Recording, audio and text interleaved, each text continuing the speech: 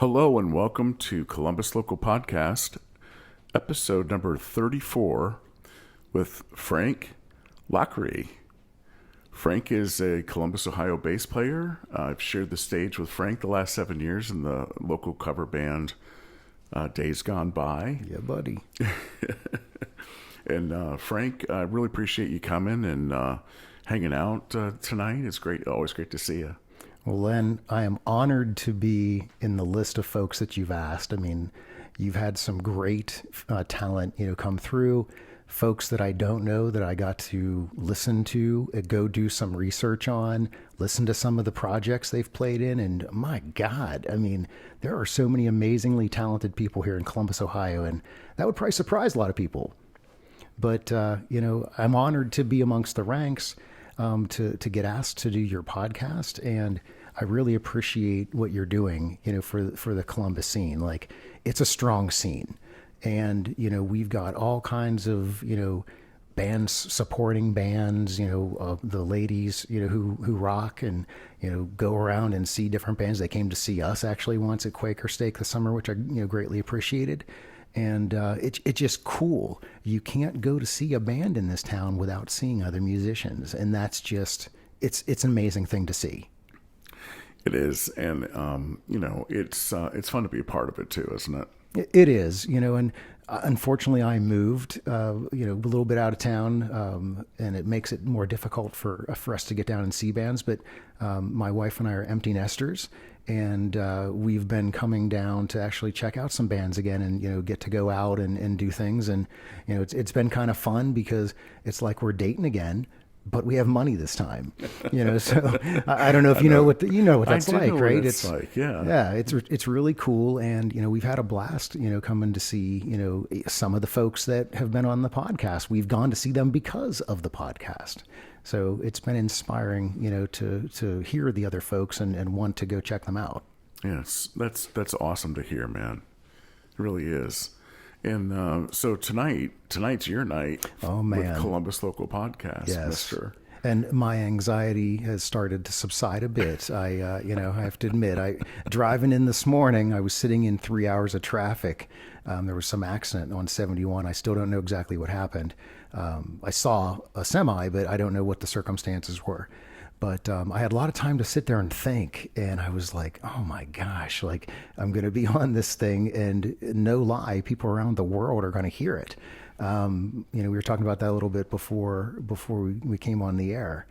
But, I have folks that I work with that are around the globe, and some of them may actually be excited to kind of listen and see what we're going to talk about. Oh, that's so cool. That is so cool. And that's the cool thing about podcasting. One of many, actually, is the ability to reach such a broad audience. Absolutely. Not having to send somebody a CD or an audio CD or email a snippet of a file these days. Lay down an 8-track, whatever technology you may be using at those days.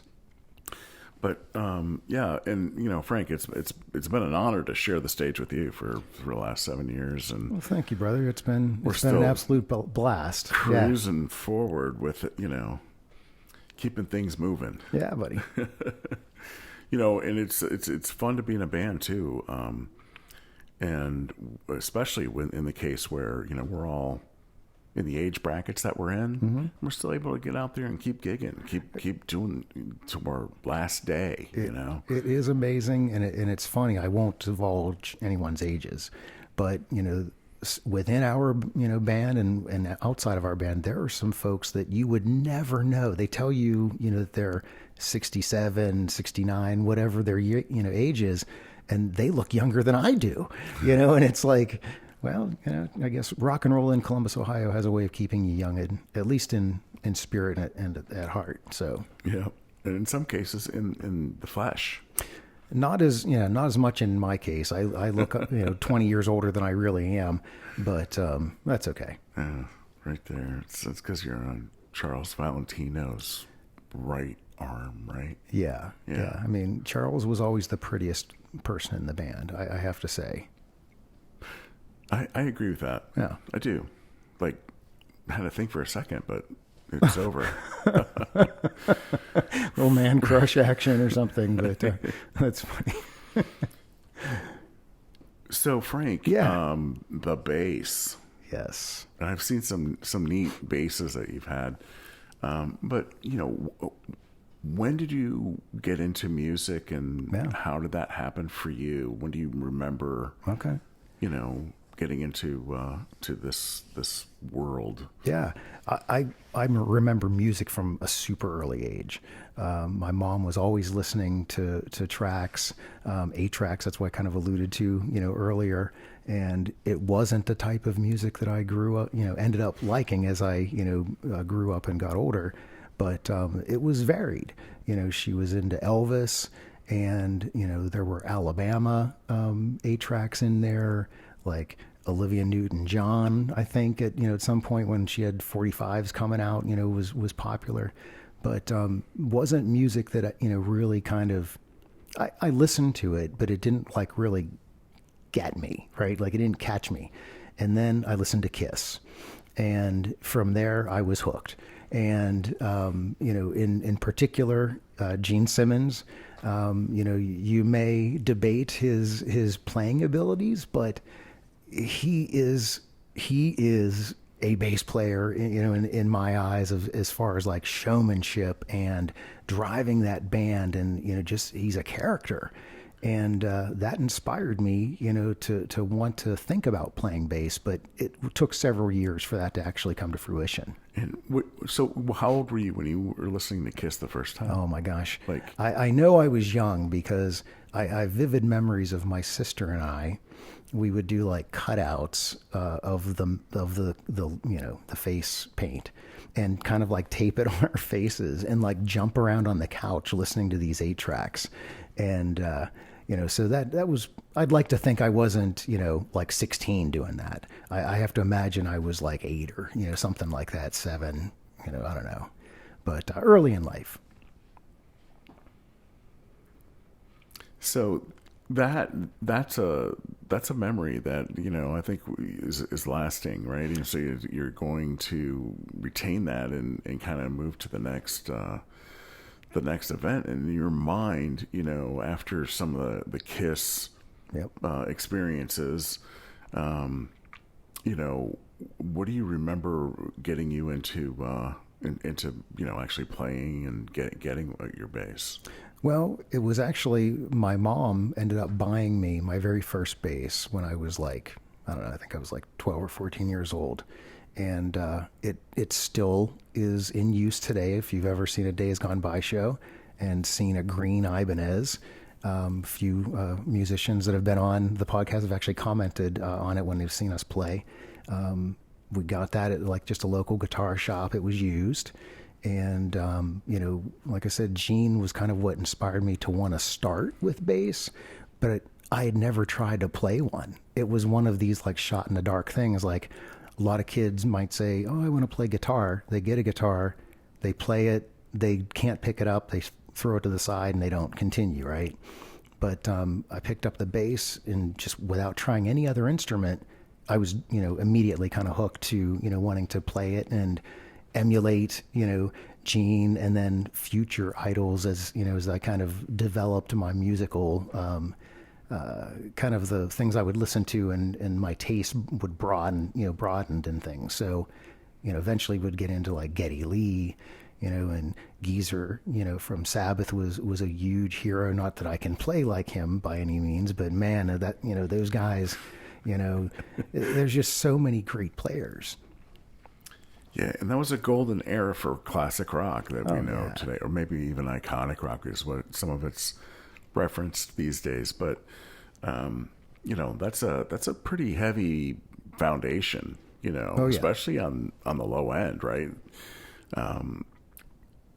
Were you self-studying then, or did you take lessons? I did actually take lessons. I had several different instructors. And, the first couple, it didn't speak to me, for whatever reason. And I was young. I didn't want to listen to anybody, probably was the real answer. But I eventually took lessons from a couple of cool folks in the Pittsburgh area, which is where I grew up. And Joey Granati from the band G-Force, who was, pretty big, popular actor around Pittsburgh, was teaching at a music shop. And so I took lessons from him and for several years, and actually really enjoyed working with him. Up until recently, we were still even friends on Facebook. I mean, I was, a 16-year-old kid at the time, and I think I mentioned already, I'm 52. So that was quite some time ago, but, we would still chat on Facebook occasionally. And then I ended up taking lessons from a guy by the name of Dave Kendrick, who, a band I could go on a long time, talking about 313, who I worked with these guys all at a pizza shop, okay? And the singer was Tim Amar, who went on to do all kinds of cool stuff, fairly well-known, metal vocalist. The drummer worked with us as well, Kirk Henry, and I'd met the other players, but just kind of being around these guys and taking lessons from Dave, just really kind of continued to send me into like that harder rock kind of, stuff. And I would say the lessons were more how to play the song. They weren't as theoretical as I would have liked, in hindsight. I would have liked that someone would have actually stayed on me about theory, and made me practice my scales. And I did those things, but I didn't focus on them. I focused more on playing whatever song intrigued me and, interested me that I wanted to play along, and, very quickly wanted to find others, that are like-minded and jam out to some stuff that we all liked. Did you have some folks that you were, looking for in regard to, performing some music, getting together and jamming? Was it plentiful, or was it? Well, I grew up north of Pittsburgh, in Western Pennsylvania, and I don't and pre-cell phones, really being able to post stuff on the internet, that kind of stuff. So it was all word of mouth, people that you went to high school with, maybe the neighboring high schools. So we were always able to find players, but you could only have so many bands at a certain time. Like we had a couple of really good bands actually within our high school. And I mostly worked with folks from other schools, just happened to be coincidence, but a high school right down the road. We actually even played there. Was my first gig ever, was at Hampton High School in Western Pennsylvania. And we actually had a DJ that opened for us. It was really like, we were top notch. It was a show. Yeah, I mean, if you're gonna play, come out swinging. Yeah, good. Yeah. And how old were you then? I think I was driving, so I have to say I was probably 16, 17. That's cool that you were able to do that at that young, so you're driving to gigs and stuff. Yeah. Now, are you playing covers? Yeah, it was all covers, and I don't want to mislead you and think I was playing out like, even as much as Days Gone By plays out. This was like, I had... It was your first gig. Yeah, and then I ultimately had like, 10 shows or something through my entire like high school, and up until when I stopped playing career. But the material though, was it like... It was harder. Yeah, it was definitely harder. Harder than the Days Gone By stuff. Yeah, right? Yeah. Well, and actually kind of funny, when we get to the Days Gone By stuff, we actually had some pretty heavy material, in our set list at one point. Yeah. And it comes back too with Smiles. Yeah. Yeah. And we've added some of that. We have re-added some things. Yeah. We get requests for some things that, we used to play years ago. I mean, long before Charles and, and the other members that, had kind of rotated through with us. But, yeah, I mean, there are some songs that we did way back, as I was a 16-year-old that we ended up playing at the first Days Gone By show, and then to this day are in our set list. I mean, they're trademarks. They're trademarks. Yep. I mean, I'm sure every bass player or guitar player, drummer, everybody that comes through here has similar stories, right? Where there's just a list of songs that we all know, excuse me, and we've just all been playing them for so long. Oh yeah, yeah, known and loved. Yep, tried and true, great tunes. So, how'd you end up in Columbus, Ohio then? Okay, so I hopped around a bit, from Pittsburgh. I went to college in Indiana, Pennsylvania, Indiana University of Pennsylvania, and I met my wife, Carrie, and we ended up. Shout out to Carrie. Thank you. I was thinking you were going to like say something there, but then you kind of backed away from the microphone. But no, so we met in Pennsylvania, ended up with jobs in Houston, Texas, and we were there for about 5 years. She was there full time. I was kind of commuting a bit, and then moved down permanently once I finished my undergrad. And then we ended up in Columbus because I was working for Mellon Mortgage, which is Mellon Bank out of Pittsburgh. Excuse me. And Mellon was rumored to be for sale at the time, but it was denied, that was the case. But lots of folks were kind of, moving to another place. And so we got recruited to come up to Columbus, and I'm sure I can mention my employer. I just, I always get nervous, like what you're allowed to say, on the air these days. But I work for Chase, kind of a big bank here in Central Ohio, and that's what brought me here originally. That's it. So at that point though, did you weren't playing music though? I was still not playing music. So you had this gap, and then you're working for Chase in Columbus, Ohio. Yeah. What got you to the point where you picked the bass back up again? So I worked with a guy, Jeff Friedman, who you know and love. And Jeff and I had worked together for, I don't know, maybe a year, off and on different projects. He was running a project for one of my departments. We used to go out for beers, after work and talk about music. And we always would kind of daydream about, doing something. We even talked about like, we got to pick some songs and we'll get together and jam. And, Jeff really hadn't been in, many bands before Days Gone By, right? I think he had done some similar type projects, at another employer. But, so, we would talk about, yeah, we should do this. And it just never went anywhere.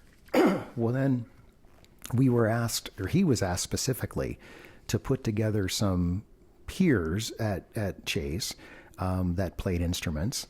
And we were going to play this like celebration event for like a big corporate initiative that had taken place. So, a bunch of people, kind of replied to Jeff's, ask for interest. Being a project manager, he sent out an email, and then gathered all those responses and, had a meeting and, took minutes and all that stuff.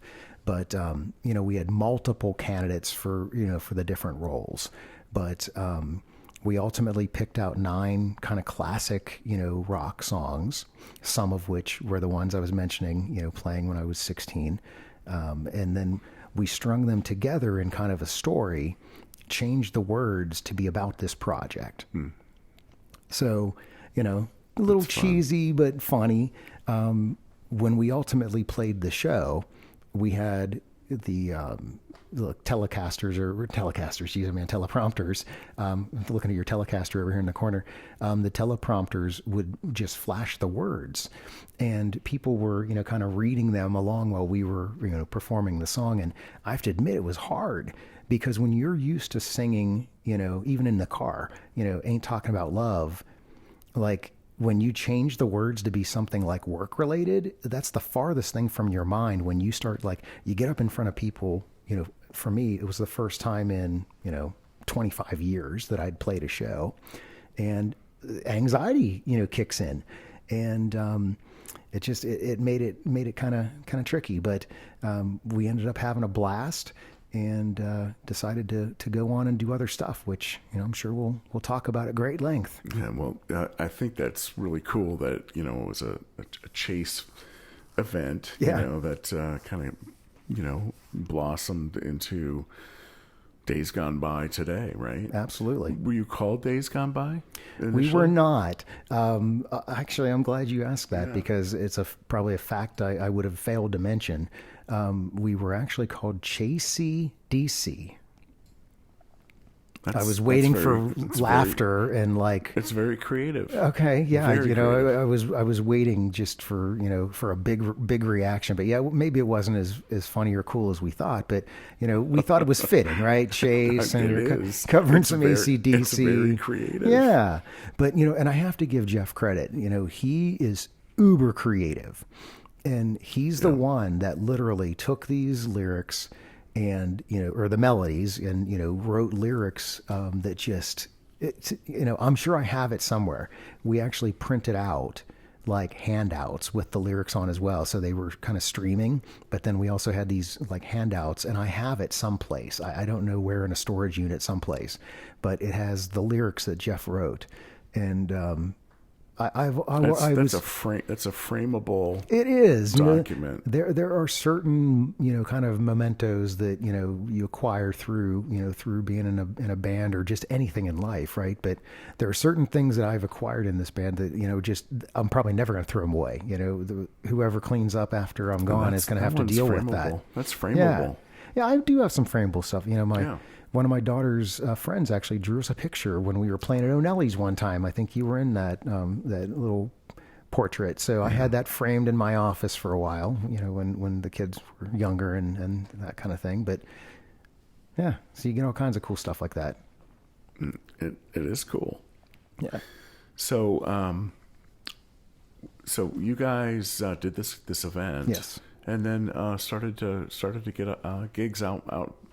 Outside of that, obviously, we did. Where were you headed? Were you doing other events or hitting the bars? We went right for the bars, and kind of like most bands kind of starting out, we tried some open mic nights, and the very first place we ever tried that was at Kicks, which is Fender's like 2 names or so ago, right? And the guy that was running the stage that time let us come up and do like a full set. We then had to kind of relearn the correct words, right? And we added some new tunes to the list. We were kind of like on this march to 45, and we were just, when we got to 45 songs, under our belts, we felt like we were ready to go do a full 3-set show. So as we were kind of learning those songs and showcasing which ones we actually ended up, keeping in the set and things, we did an open mic night, at Kicks and, like I said, in some other places, and ended up doing, just some kind of, I don't know, infrequent shows in the very beginning. It wasn't anything that we were super serious about. We were all 4 of us that ultimately, became the members, the founding members. We all worked for Chase. We all had families. We weren't out there trying to play, twice a weekend, every weekend. It was like if we played 6 shows, in a year, I think we would have been satisfied in the early years. Sure thing. There were a couple folks that came in, and how did the lineup adjust over time to current day? Sure. So I'll start naming some names, right? We can get some folks that some props for being along on the ride with us. Absolutely. And did you notice I dropped the ride as a reference there? That's true. It was subtle, but I didn't know if you heard it. I picked up on it. All right. It's kind of cool. Very good. It's part of the journey. Yeah. Well, like I said, Jeff had sent out an email, right? And bunches of folks had replied back. We had multiple bass players. We had a couple of guitar players. And when we finally got together and met, people kind of naturally just attrited, as we talked about, like, oh, this is the kind of material we're going to play. Some folks didn't have the interest. As we talked about, kind of the event and like, oh, we're actually going to play a show, maybe weren't quite interested in taking it that far or whatever. So we ended up with 4 of us. And it was in the very beginning, Jeff, who I obviously already mentioned, Gary Goff on drums, and Mike Brown on vocals. And that's kind of a little known fact, I guess, about us, that Mike was technically our original singer, although he never did a show with us. But from there, we had done a bunch of, Mike was not able to continue on. He didn't even do the first show, the Chase gig, but he had, young child, and personal family some things. life going on. I had some life going on. I for a while kind of forgot about that and was like headstrong into like trying to just do this, but Mike had to step away for that, and that's awesome. But Bob Blankenship came into the band, and again I knew Bob from work, and I remember I was driving into work one day and I called him, and I asked if he was a singer, and he said, yeah, I'm a singer, and I play guitar. And I'm like, okay, well, very cool. So we got him into the fold, and we ended up playing, like I said, at the Chase event. Played the Hilton in Easton, and then went on to play these other shows. And I can't remember the exact number of shows we played with Bob, but we were together as a 4-piece for several years. And played out, like I said, 6-8 times, a year or whatever for the first couple of years. Well, then Bob was raising his son, and his son was like mid-teenager and was into baseball and all kinds of stuff. Just again, family, commitment things. And, he went on to do that. So we brought Mike Brown back, oddly enough. And, Mike stayed with us for several years. Mike had a very interesting voice. He's got like a gravelly kind of like almost like a Kevin DuBrow kind of, we could do some Quiet Riot and some other songs that we hadn't been covering previously. But Mike, brought kind of, good new mix of songs, things that he knew in other bands. He had sung with other bands locally. He brought in some songs he knew went over well, so we adopted some of his material. And that's one thing I have to say, that every person that's come into this band has brought huge influence. And I'm sure you can elaborate on that, for yourself. But every time a person's joined, this band was never here's the 120 songs that we do, go learn them. It was always a mutual, like, here's our list, what's your list? Try and meld things in, get some new material in, a new kind of, maybe some new genre of song we hadn't tried, to test it out. But, that's been a theme, throughout the membership, but we haven't had a ton of movement, right? So, once we had Mike on board, our drummer Gary took a job in Tampa. So he was relocating, and we kind of put feelers out for a drummer, and we happened upon, I think, your most favorite person that has ever been in the band. I have to be honest, he rises above me, Mr. Brent Scapel. He's a sweetheart. I mean, you have to agree. Like, Brent's probably the nicest dude that I've ever worked with. And so, I understand why you like him more than me. It's totally fine. Oh man. I tell you what, two of the greatest gentlemen you'll ever meet is Frank and Brett. And I remember, when I had cancer, surgery, and these two guys said, dude, you're going to need, based on our personal experiences, you're going to need a recliner, and you don't have one. And these guys brought, this comfortable recovery recliner. And man, I just getting emotional thinking about it. It was just such a great guy. It was a godsend, moment of two guys, two bandmates, that would do such a wonderful gesture. And that goodwill has always carried through days gone by, Absolutely. Being in it with you guys. So you got the man behind the kit. Yes. So, and Brent sang a bit more. That Gary is a great drummer, number one. And I don't know if we would have replaced Gary had he not moved. We were doing like Rush and some other stuff in the early days. He was kind of a big influence of that type of music, and some of the newer things he was kind of, throwing onto the set list. So it was really cool to work with. Brent is a very powerful drummer. He plays very hard. He also sings. So that kind of brought that new nuance, for us that became a prerequisite going forward, right? Like we had to have a drummer that could sing. Vocals had to be there, right? Yeah, we had to. So speaking of vocals, we ended up we ended up with Mr. Charles Valentino, who you've referenced, I think, a time or two so far. But, Charles, again, we weren't trying to stay with like this chase theme, right?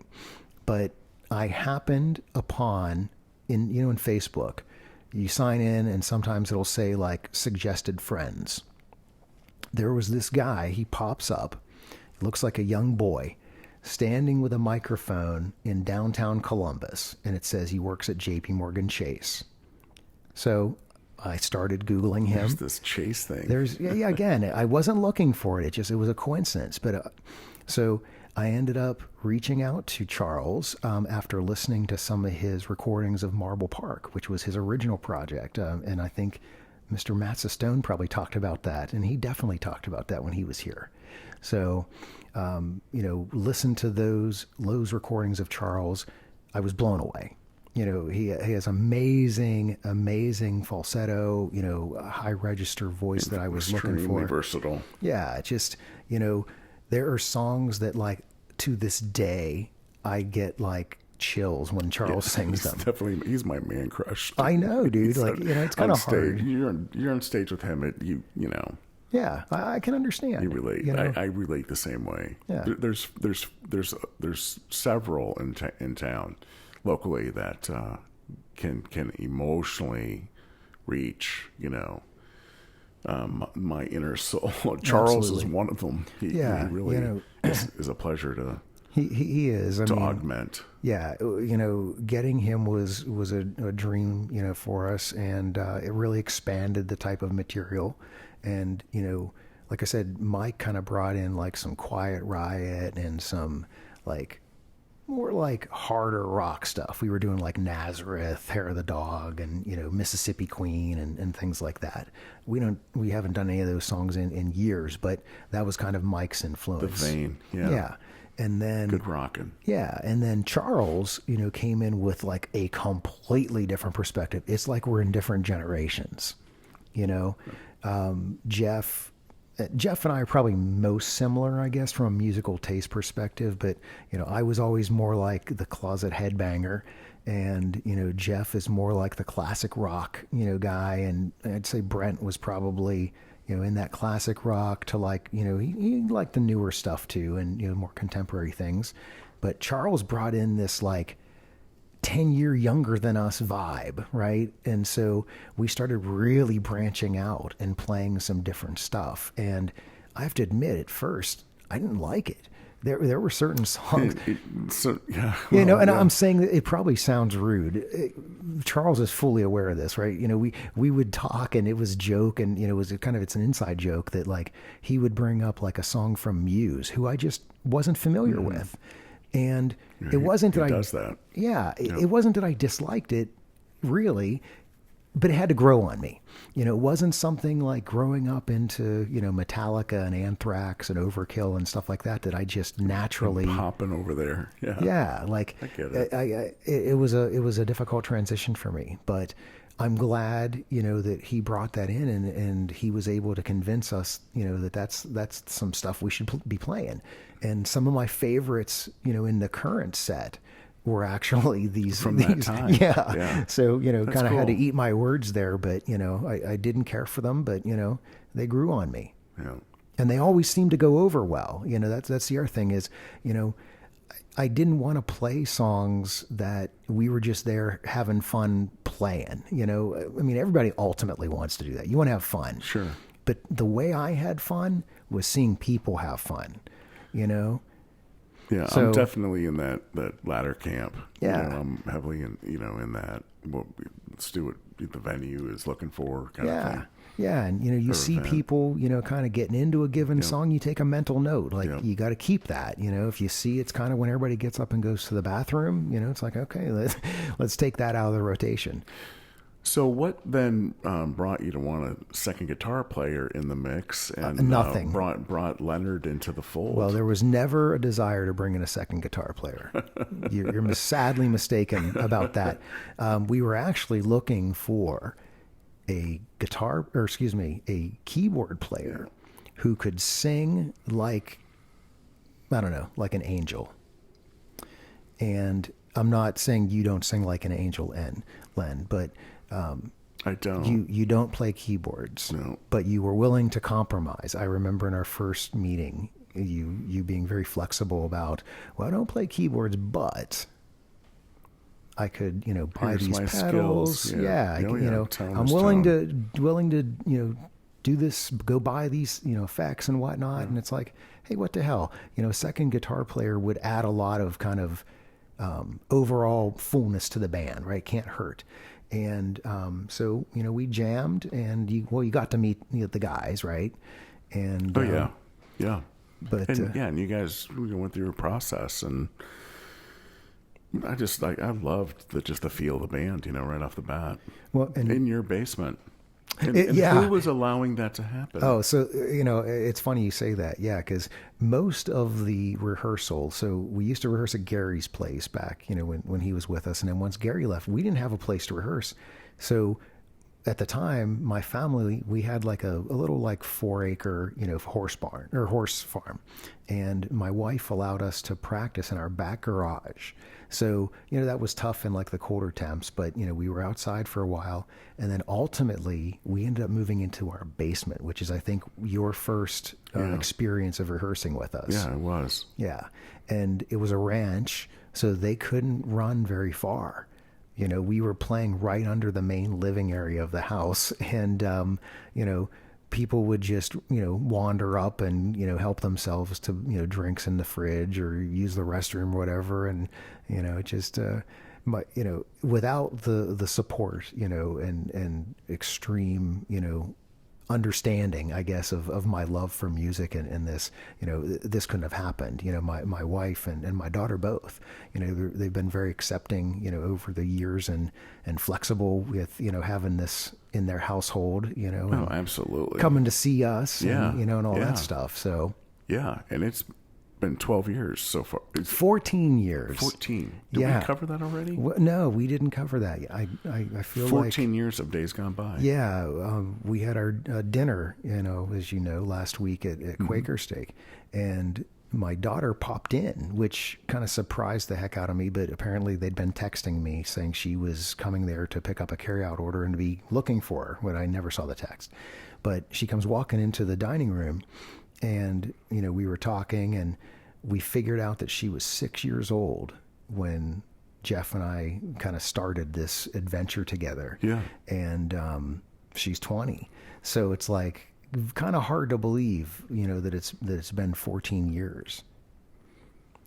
But you've been here for, quite a bunch of them. Well, about half of that. Yeah. It's about half of that. Yeah. Like I said, there wasn't much turnover, and we all always got along well. I think that's very, very little drama, if zero. Yeah. Yeah. So, that was a big thing. I mean, and I love every person that's been in this band. We didn't even go on to talk about, Brent ended up moving on. And then we got Mr. Mark Naraki, who was, an amazing ad as well. Obviously great, singing drummer, a percussionist, from childhood, his father, in OSU, and guy just is musically amazing, on the kit. So we've had some great, I couldn't agree more. Yeah. Great talents, great people. It's been a fun ride for sure. No doubt about it.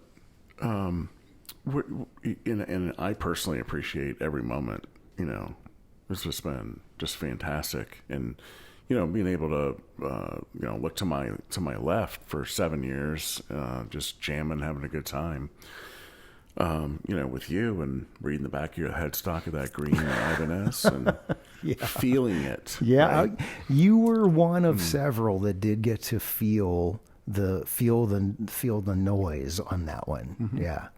I remember that was at that was at Fenders. We had gone through the name changes by then, right?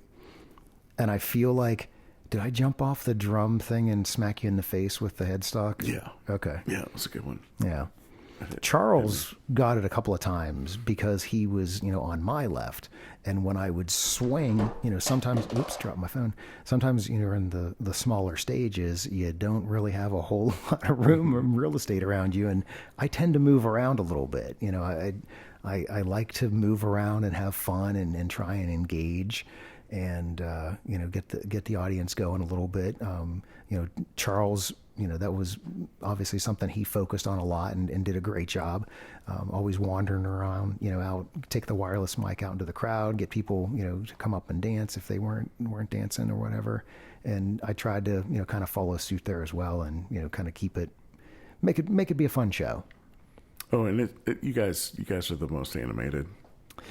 And we try. It's good. We try, and sometimes that comes with the cost of, you make a flub once in a while because you're jumping around a little bit too much and you kind of take your head off the game. But, I've been told many times in life that nobody hears the mistakes. I know that's false because I hear them, if I'm seeing a band. Sometimes I hear them. Yeah. It's hard not to sometimes. Right. Yeah. But generally, nobody though, cares. Generally. You know what I mean? Nobody gives a shit. They're just there to see a band. No, they want to have fun. They want to talk, they want to be entertained. Yeah, but I wouldn't say you're talking about this. You're one that really doesn't, make a lot of mistakes. You're a pretty solid player, dude. Well, thank you. I appreciate you're that. You're in the pocket. You're driving the bus. You're thumping along. You're a solid player. Well, thank you. I appreciate that feedback. I think we're all always harder on ourselves. I mean, I know every mistake I've ever made when it's happening, and my wife's told me I have a terrible, poker face for that because she'll see me look at you or look at Jeff or Mark or somebody and kind of make a face or, make a smile or whatever. And she knows she didn't hear it, but based on me reacting, she knows that somebody goofed. Yeah.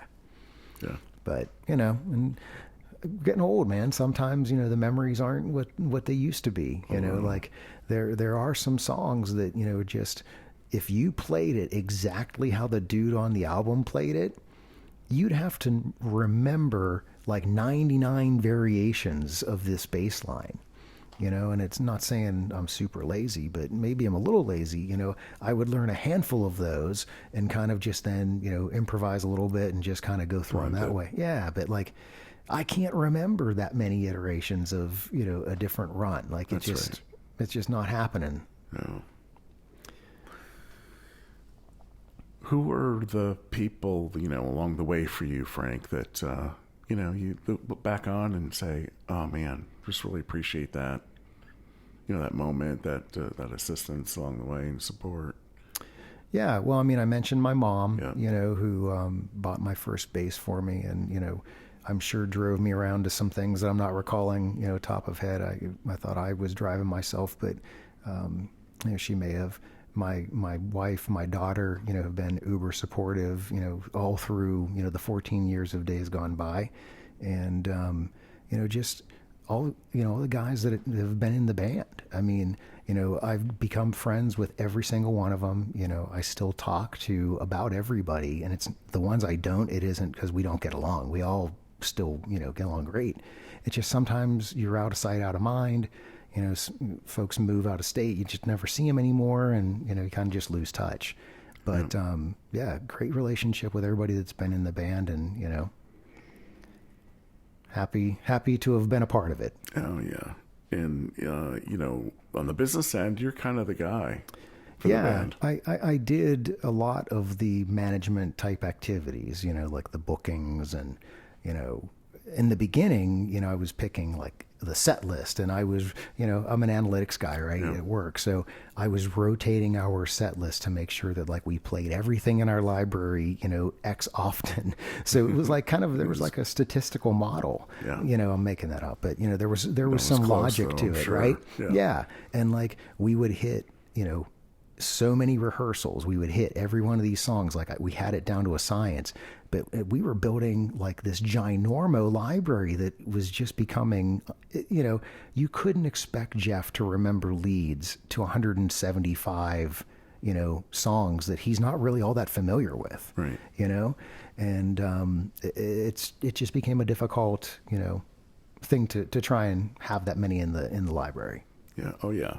Yeah, and we've had at one point I remember maybe 150 tunes in our arsenal, and kept them current.